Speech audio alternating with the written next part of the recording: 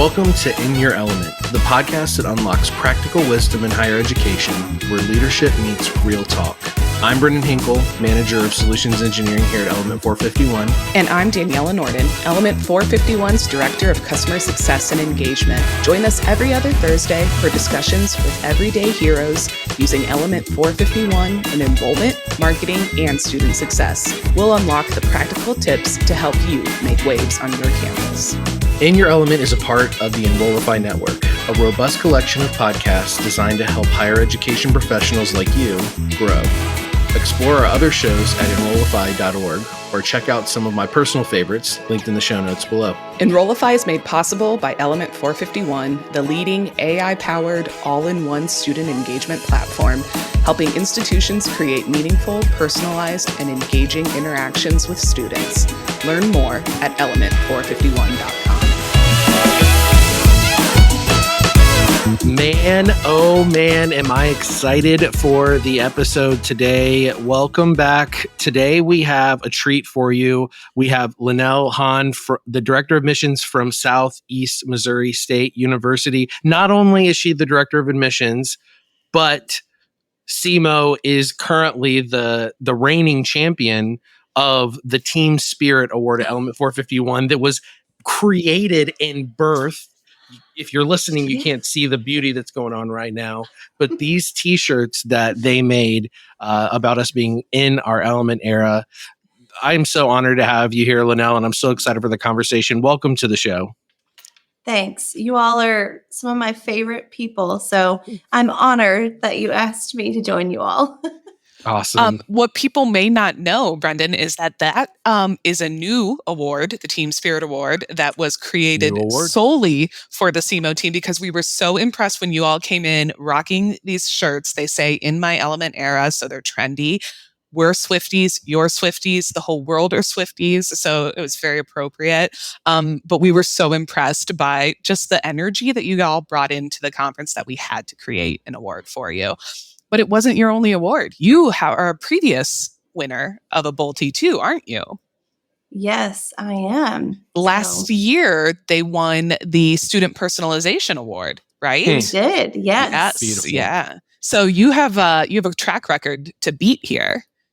I have a beautiful counter in my office of all of my Element certificates and awards. So I love displaying them. Yes. I love this. I love it so much. So many things we could talk about, but Brendan and I really were excited to get you on to talk about one specific thing, something that you all have been really successful with. And it's this idea, I'm going to call it an idea, though I think it's come to fruition, but this idea of direct admissions. We get lots of questions about direct admissions. Well, how do you do direct admissions? What is direct admissions? How do you do it in Element?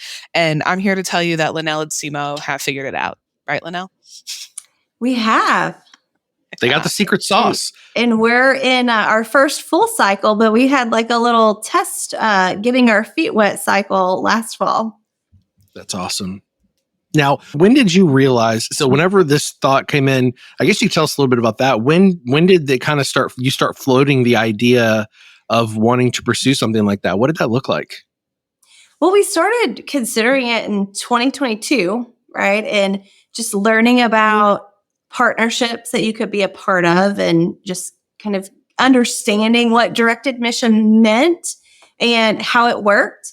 And as we engaged with, potential partners, we kind of realized we weren't a really great fit for that, like initially. And so we started thinking internally, like in-house, do we have a population of students that we could provide this opportunity to? And so that's kind of how it developed.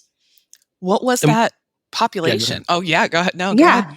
Well, so when we implemented Element 451 in 2020, we decided to go to self-reported admissions for our Follow 21 class. And so that really created an opportunity that we didn't know would help us when you get into the realm of direct admission. So the population for us was our students taking early college credit with us while they're in high school. And we use an application called Dual Enroll. And so our first thought was, well, we already have a lot of data points on these students. What would we need to add to that application to have everything we need to just offer them automatic admissions to the university as a degree-seeking student once they graduate from high school. So we did have to do some tweaks, right, to that application. And so we put those things in place. And in February of 2023, we started offering direct admission to our early college students. So like I said, it was a partial year. It was really late in the cycle, but we had a few in fall of 2023. And we had a good set of students that actually enrolled from that opportunity that by February of their senior year had not applied to Southeast. And so that was great. And so having this full cycle of our fall of 24 class to really create that benchmark data, I'm excited to see how we continue to expand upon that. And then we did make the decision to also partner with someone. So we have grown beyond just our in-house direct admissions program to a partnership model too. Oh, that's awesome.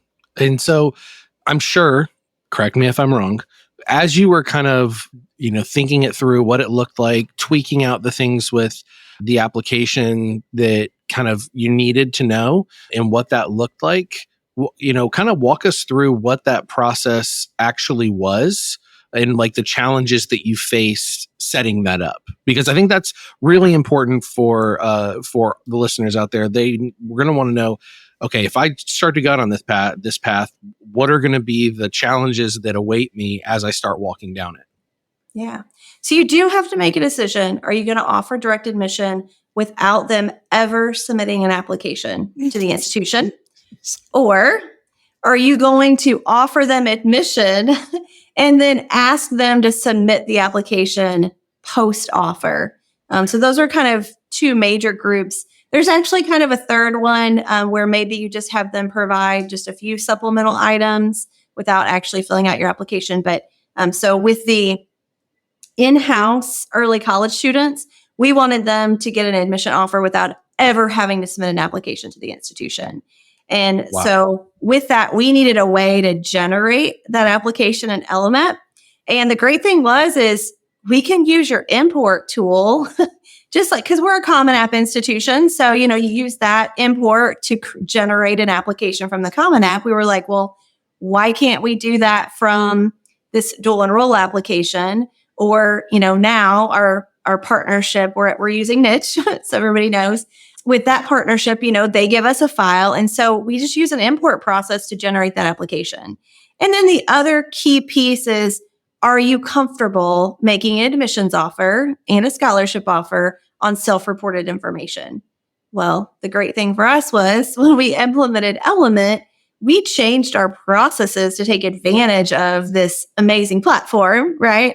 And so we didn't have that hurdle to overcome, but I'm sure there's a lot of institutions who would have that hurdle to overcome. But we already were confidently making a conditional offer of admission and scholarships on self-reported high school GPA, test scores. And then, of course, you just make sure that you put that in your disclosures that once we get those official documents, there could be a change in maybe a scholarship offer once we confirm what they've self-reported. And so that's worked really well for us. I love this for two reasons. One is I just can't imagine how overwhelming college applications have become, that you eliminating that barrier, that challenge for the student makes a huge difference. You don't have, this is like, what's even more direct than direct admissions? Like, it's like bypassing direct admissions and just being like, you are absolutely just admitted. So I love that it's putting that student first, but also the work on the back end has made your lives easier, I imagine. You're importing data that you've already gotten. You don't have to recreate the wheel. You can accelerate what that admission offer, looks like, get them in the door with scholarship and aid. It's really benefiting a symbiotic, beneficial relationship here for both the student and your team. Nice work. Yeah, really looking at the college search process through the lens of the student and then saying, okay, are there barriers that are preventing students from being admitted to college or thinking that college is possible, or a process that can be super complex or intimidating? And, a lot of people have fear of failure, so they don't even try, right? And so we're trying to remove all these barriers and then really instill confidence and helping them just envision themselves as a Red Hawk at SEMO. And, for our early college students, we had students who, for one, they thought, well, I'm already a SEMO student. I don't need to reapply.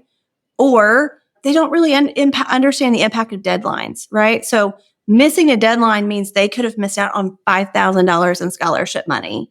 And so, again, removing that barrier of missing a deadline and, make this achieving their, career goals a reality. So I just think that that's so cool because, whenever you think about, I think sometimes whenever I'm talking to people, especially in what I do, and I'm speaking to people as they're possibly looking at changing what their processes are, there still is very much a rigidness in process where people are like, oh no, this is it, how it's been done for 20 years. This is how it's been done. We can't possibly change it. And I think whenever you have that mindset shift of, this isn't about process, it's about students, right? And it's about their experience. I think that you become a lot more open to those. And I see that a lot with SEMO. I see that a lot with some of our other partners. And I think that's really what embodies a lot of the partner schools with Element, because we're not doing things the way that they were done the past 10, 15, 20 years. We're trying to transform how that is to reflect the modern day student and the modern day person. And so that's really cool to hear that experience. Now, this is something that kind of popped in my head as we were talking about this. We've spoken a lot about how the impact was to the student. What was the impact internally to your team? Because Daniella kind of alluded to it. It's going to remove some of the hoops that they have to jump through as well. But specifically, what were some things that you saw there on the back end? Yeah, so it definitely generates new opportunities. And I will say, just have completed year one, we've learned a lot. And it creates new opportunities for our admissions counseling team, because for some of these students, they don't have really awareness of who we are as an institution. And so there's more that we need to do to share with someone where Southeast Missouri State University is located, encouraging them to visit campus, really developing that relationship. And I do think we took that for granted within this very first year.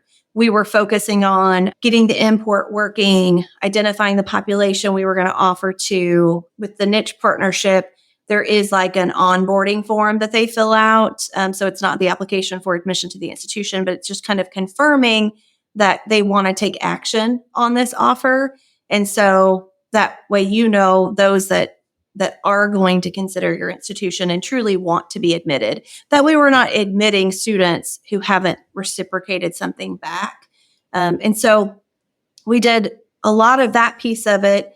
We did build a separate yield campaign for this population of students to add in some of that kind of brand awareness pieces of it, to, I guess you could say, court them, right? For a traditional student who applies, they've probably done some research, right? So these students, they haven't had the luxury of necessarily researching your institution because they were just served this offer. And so there's some things that you kind of need to do in a flipped way that we've realized, and encouraging students to visit campus, I think, is going to be a key piece as we go into year two. We definitely yielded our early college direct admission students at a higher rate than the niche. But that's because they already knew our institution, right? They'd already taken courses with us. They're from more of the local region, whereas the niche population, it is going to help you expand your geographic reach. It's going to help you attract individuals to your institution that maybe look different than the typical profile of your class. You could maybe target a specific academic program you're hoping to grow in. But with that, it is going to take more time to nurture and create relationships with those students. And so we saw visit rates of our niche students being much lower, of course, than our early college. I think that had a impact on the yield too. And so we've got some really important things that we need to do differently in year two than what we did in year one. I think it's good, though, to point out if you do nurture, if there is brand awareness, if you have invested in those components of student communication and personalization, that they are yielding results. I mean, what you just said, these dual enrollment students knew who we were. We had a relationship with them. They convert higher. So those efforts are 1000% worth it. So you mentioned results yielding at a higher rate. Do you know the numbers off the top of your head, Lenell, like the difference in conversion from that in-house to the partnership numbers? Yes. So our in-house was 12% higher yield rate than the partnership. Wow. So those that initiate the application themselves, their yield is double those that we do direct admission for. Whoa. Yeah. Wow. So, yeah. That's awesome. But again, it just shows their intent versus they get served this opportunity and then it maybe changes their mind. So ideally, yield's not going to be higher. I wouldn't have expected it to be higher. But those that received a direct admission offer and had visited campus, their yield was double that of those that received the offer and didn't visit. So we know visit is a key piece of, students and families choosing a college campus, but we also know that visiting a college campus is an investment for a family. Yes. So anything we can do to encourage going and checking out campus so they can truly get that feel for the campus and the students and the faculty and the staff and the facilities, that's so important. Yeah, I would equate visiting a college campus to having to go to a destination wedding. And that's one of my biggest pet peeves in my life, having to pay that much money to go to somebody's wedding and they still expect a gift out of me. You know what I mean? So you want to make sure that you're rolling out the red carpet or else people feel like they're going to go to a destination wedding, which is not a good thing, despite what it may sound like. It's a good analogy, Brendan. I've never heard that. I'm going to have to use that. Yeah. People are like, it was cheaper for us to get married in Bahamas, but it's not cheaper for me to get there. Yeah. Yeah. Yeah, because they're combining their wedding and their honeymoon in the same place. Yeah. No. Oh, I love this. I love so the yield numbers are great. 12% double, like the conversion. That's awesome. I love how you've been able to make some adjustments too on some things that you've learned, being able to focus on things like visits, getting more visits, getting those that brand out there. You have 1 year under your belt. You're going into another year now. What are you anticipating or looking forward to, or what do you think is going to happen this year? So we are looking to expand the student populations that we're offering direct admission to, because currently it's been that traditional first time in college that we've been offering direct admission to. So we have a wonderful population of transfer students, and we have a program called the Transfer Mentor Program, where we partner with community colleges and they join the Transfer Mentor Program at the start of their community college. So we can provide co-advising between institutions. And so for those students, they fill out an agreement to be in the Transfer Mentor Program. So we asked the same question we did in early college, and we said, okay, what is missing on this agreement that could allow us to offer them direct admission to Southeast? And so we've made those tweaks. We actually transitioned our agreement into Element 451 as a form. And so we will start offering direct admission to our transfer students in that program. I love this. I think one of the takeaways here, some people I think get overwhelmed and think they have to have all of the pieces figured out before launching an initiative like this. And you were able to do it with a small, like dual enrollment, see some numbers, make some changes. Mm-hmm. Now you get to try it with a transfer population. It's okay to start small. Like, I just want everybody out there to know that it's okay to start small, that you can iterate, that you can be agile, you can see some differences and improve that student experience for those audiences. So this has been just a nice recipe for success. Right. We already said she had the secret sauce, Secret sauce. Now she's got the recipe. That's right. And it's like it's a masterclass in change management, because it's, again, we talked about this earlier in the episode. people are resistant to change.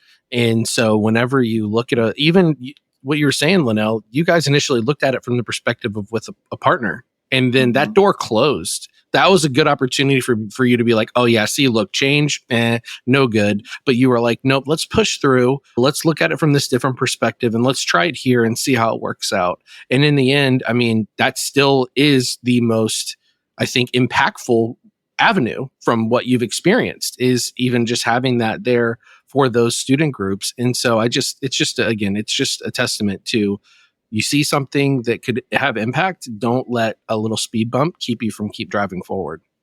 That's right. So that's awesome. I love Be that. creative. That's right. So knowing that you've driven the path, you've went over the speed bumps, and there's more speed bumps ahead, I'm sure. But what advice are you giving to the listener right here? Listener, you're here listening with us. What advice are you giving to that listener for them who are maybe at that first speed bump where they thought about it? Maybe they tried to push the door open a little bit, but then it kind of closed back on them. What advice are you giving them for what to do and where to go? I'm going to say, take the call or reply to the email and schedule the meeting. I mean, the partnership opportunities when we first started looking at this in 2022 was a very short list. And 2 years later, that list for sure has doubled, right? And every engagement opportunity you get with a potential partner, you learn something new.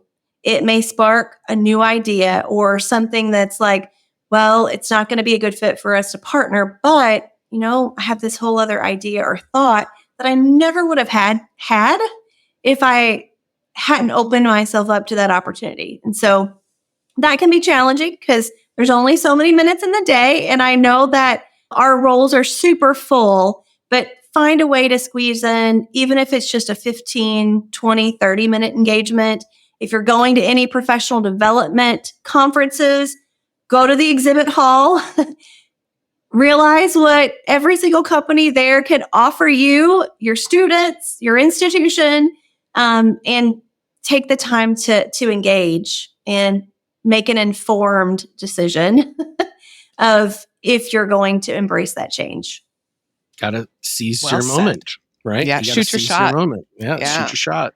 Well said, Lenell. All right, so we're coming to the end of the episode, and it's, I think, everybody's favorite time that this has been delightful. Thank you for sharing and imparting your wisdom. We have a tradition where and actually maybe we modify the question. We always ask our guests when they feel most in your element in the work that you do, but I'm going to rephrase it to, when are you in your element era? Lenell, in honor of our shirts. Is this your element era? Tell us more about when you feel in your element.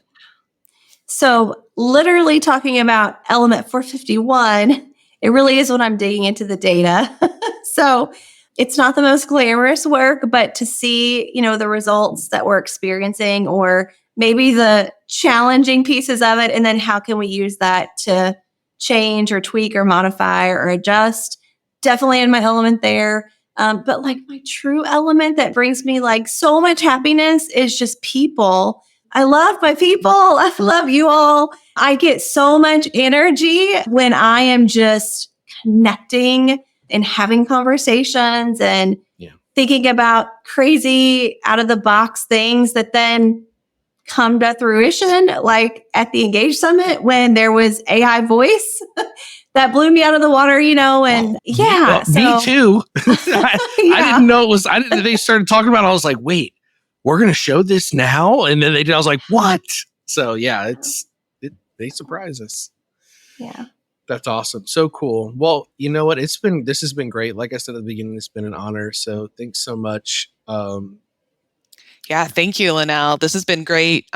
Good work. Keep up the good work at SEMO. Thank you for sharing your direct admissions journey, the results, the strategy that you've put in there. I know everyone will get a lot out of this episode. And thank you for the shirts. Thank you for the matching shirts. We love them and we will wear them proudly. We're going to wear them proudly. And listen, there's going to have to be a night on the town in these shirts at Engage next year. So yes, fully anticipate it's a coworker of mine who is making these. She's doing a great job. Yes. Yeah, one of our fantastic. admissions counselors. Yeah, so fun. I also saw Mallory had one that said in my Enrollify era. So it's expanding. I like it. I like where it's going. Yeah. Thanks so much, Lenell. In Your Element is part of the Enrollify podcast network. If you like this podcast, chances are you'll like other Enrollify shows too.